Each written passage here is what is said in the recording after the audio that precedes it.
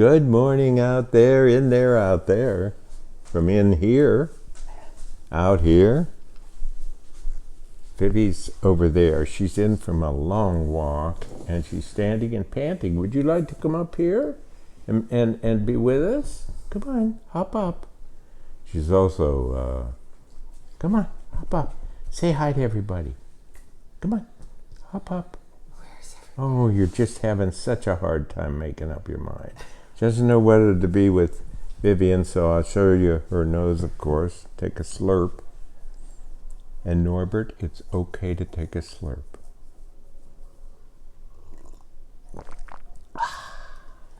So welcome to the Sentimentalist. Hi, Mark, Mariana, Joe. We were with Mariana last night. That was so good to be with her. Yeah, and a kind word for Henry. This too shall pass. Yeah, the key thing is to how you figure out how to live within it all, right? I mean, now see, now Vivi's over there, and I could be all bent out of shape, and instead, I'm just all bent out of shape because I went over here. No.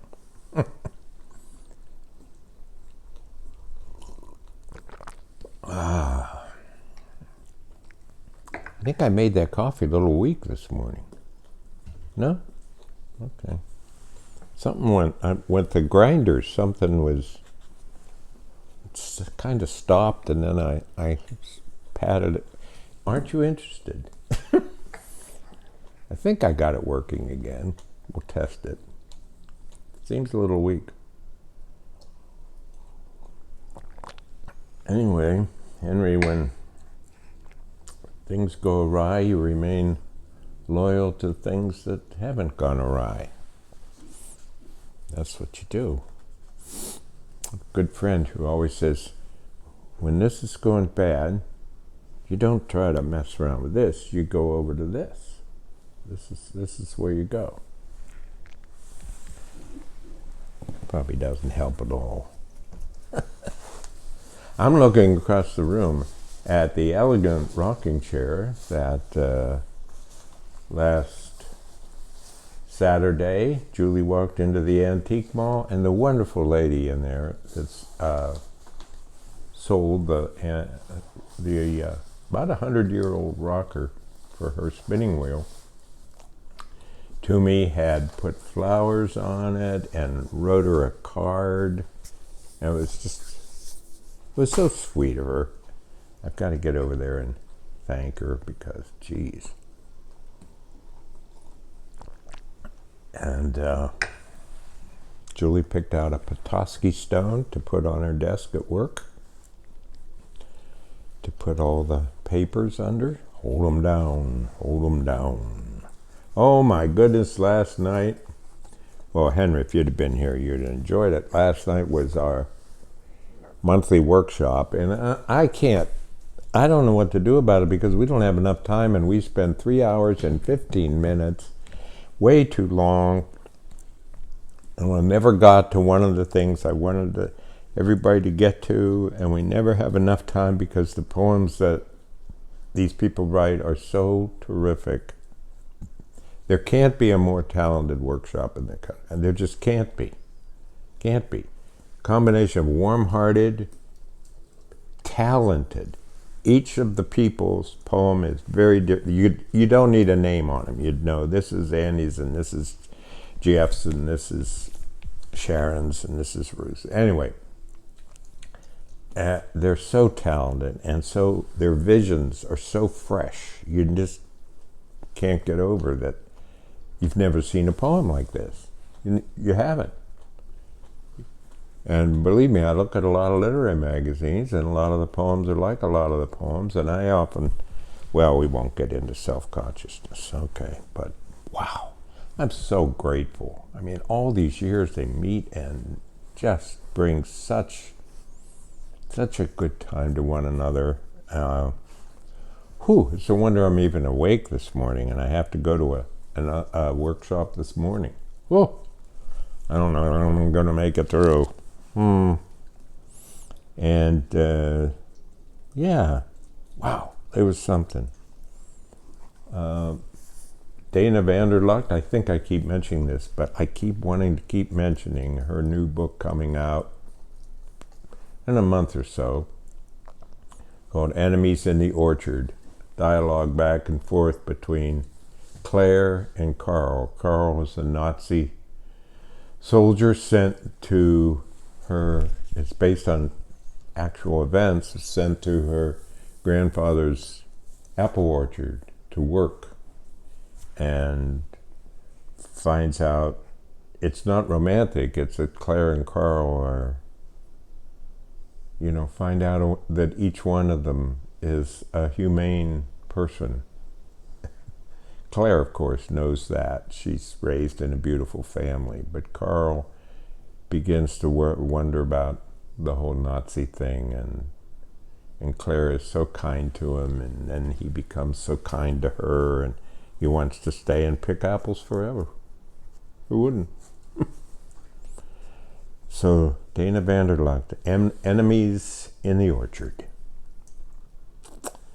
And daughter Meredith, Mimi, as we always have called her, have to have a sip.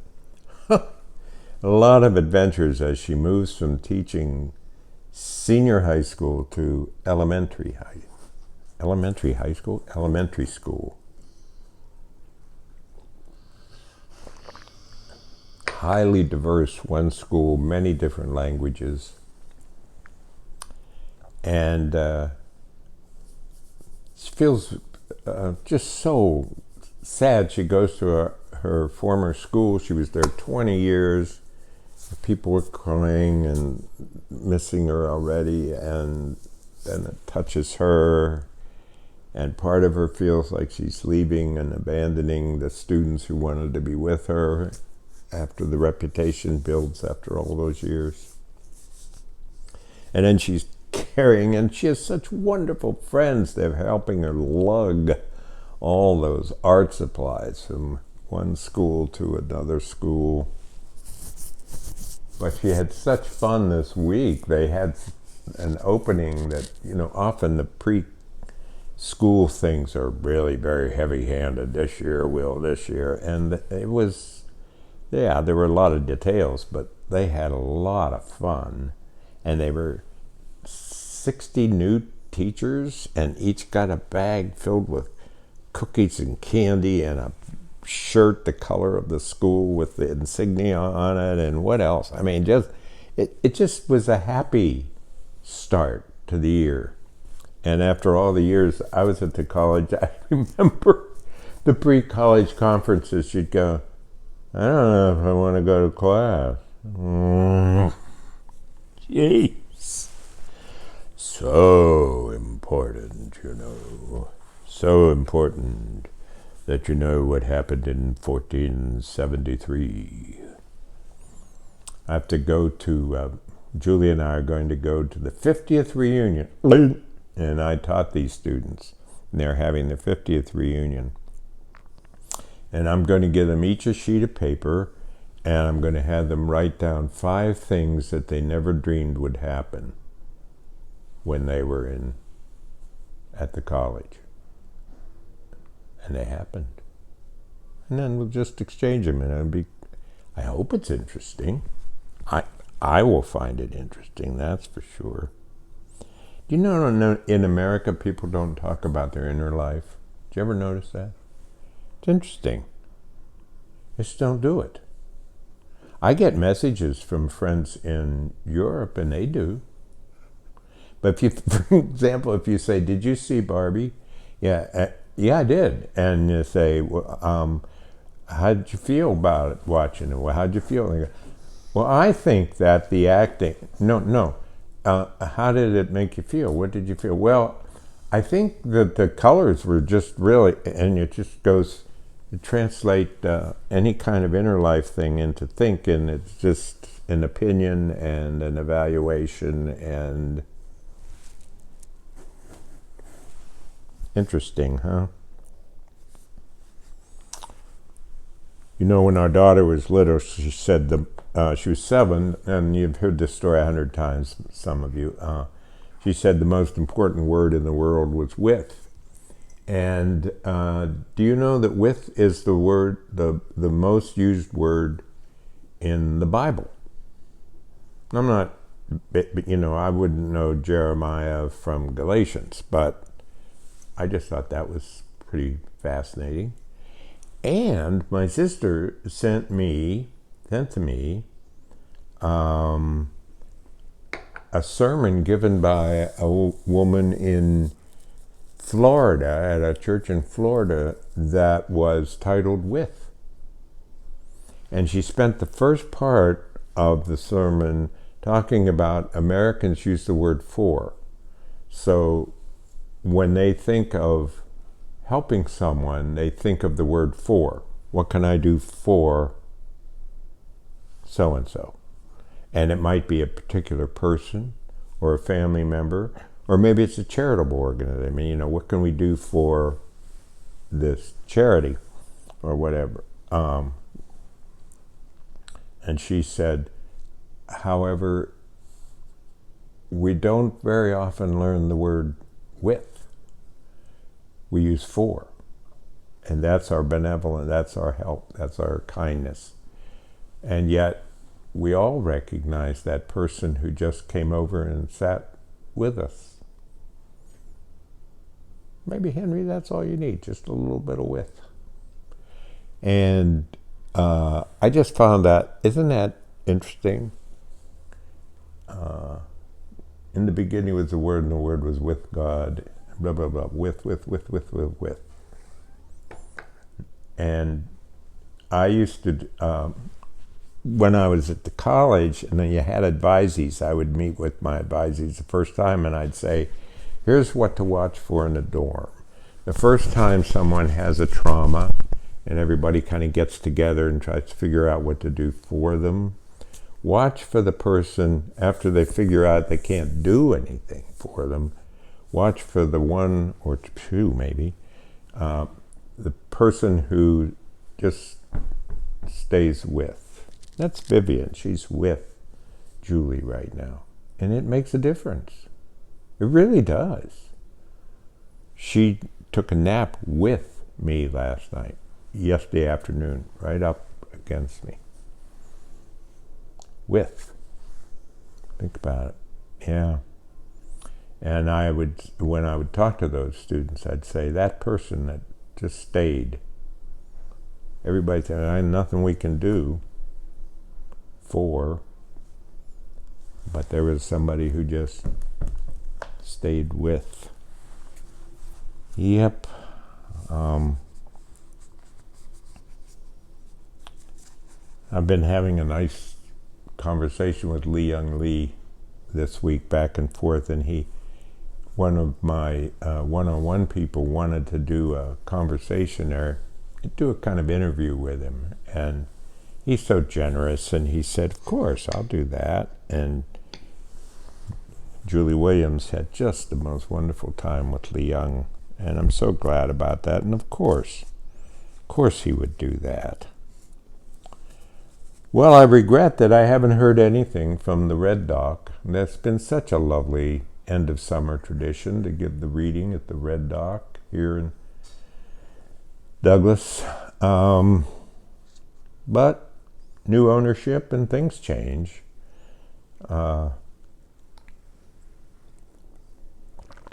So it's good. Here's something that's good for you. Drive 4 hours and read to 2 people.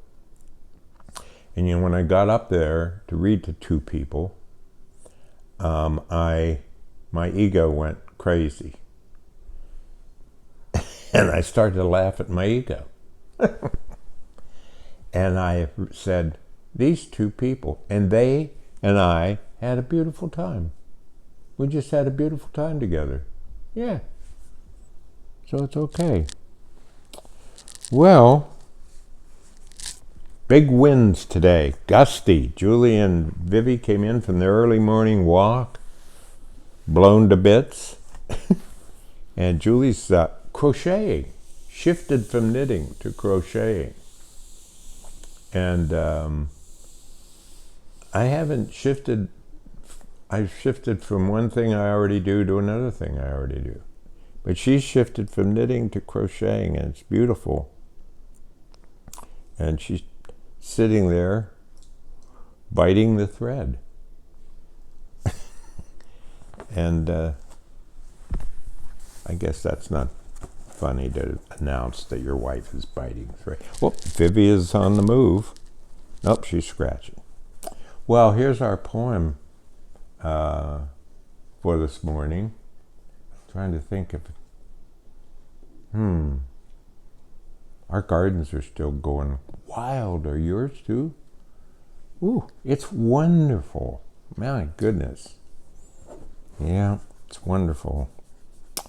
So here we go. Here's a little tiny poem called Morning Again.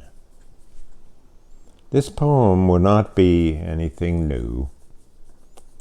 It will slowly make its way across the page and down, a walk from here to somewhere later on, where it will take its place quietly, I hope, with the leaves, the dog asleep on the porch, the way the garden keeps giving us plants, the way the wind is invisible, the way none of us can ever know for sure. Take care.